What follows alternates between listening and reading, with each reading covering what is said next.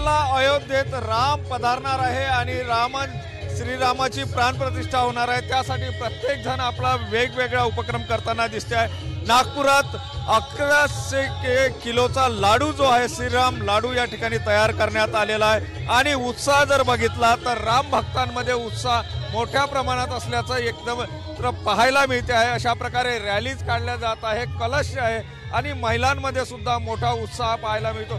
फुलांची वर्षा ठिकठिकाणी केली जात आहे।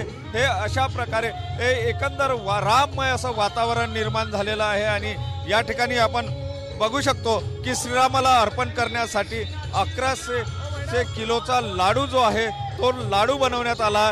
श्रीराम लाडू अशा प्रकारे त्याला नाव देण्यात आलेलं आहे आणि हा उत्साह साजरा केला जातो आहे। एकंदर काय उत्साह आहे हे जाणून घेण्याचा आपण प्रयत्न करूया।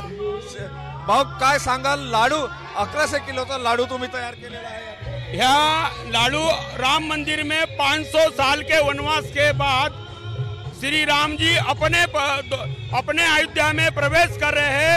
इस खुशी में दिवाली मनाने के लिए हमने 1111 किलो का ये लड्डू का नागपुर में कलबना बस्ती में आयोजन किया है और इतनी खुशी हो रही है कि पर दिन दिवाली राम राज्य के ओर हम बढ़ रहे हैं और हिंदू राष्ट्र की ओर बढ़ रहे हैं। इस खुशी के लिए हमने 1111 किलो का ये लड्डू बनाया है। एकंदर उत्साह जो आहे तो उत्साह मोठ्या प्रमाणात असल्याचं चित्र पाहायला मिळते। कोणी लाडू बनवतो आहे तर कोणी श्रीरामाच्या नावाने ज्याच्या मनात जे येईल तशा प्रकारे आपली भक्ती व्यक्त करताना या ठिकाणी दिसते आहे। रॅलीज निघत आहे आणि राम भक्तांचा उत्साह जो आहे तो मोठ्या प्रमाणात पाहायला मिळतो आहे। कॅमेरामन साईसह सुनील ढगे, TV9 मराठी, नागपूर।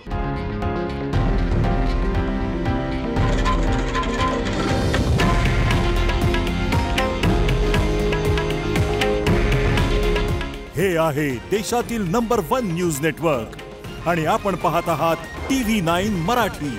काळजी तुमची, हित महाराष्ट्राचं।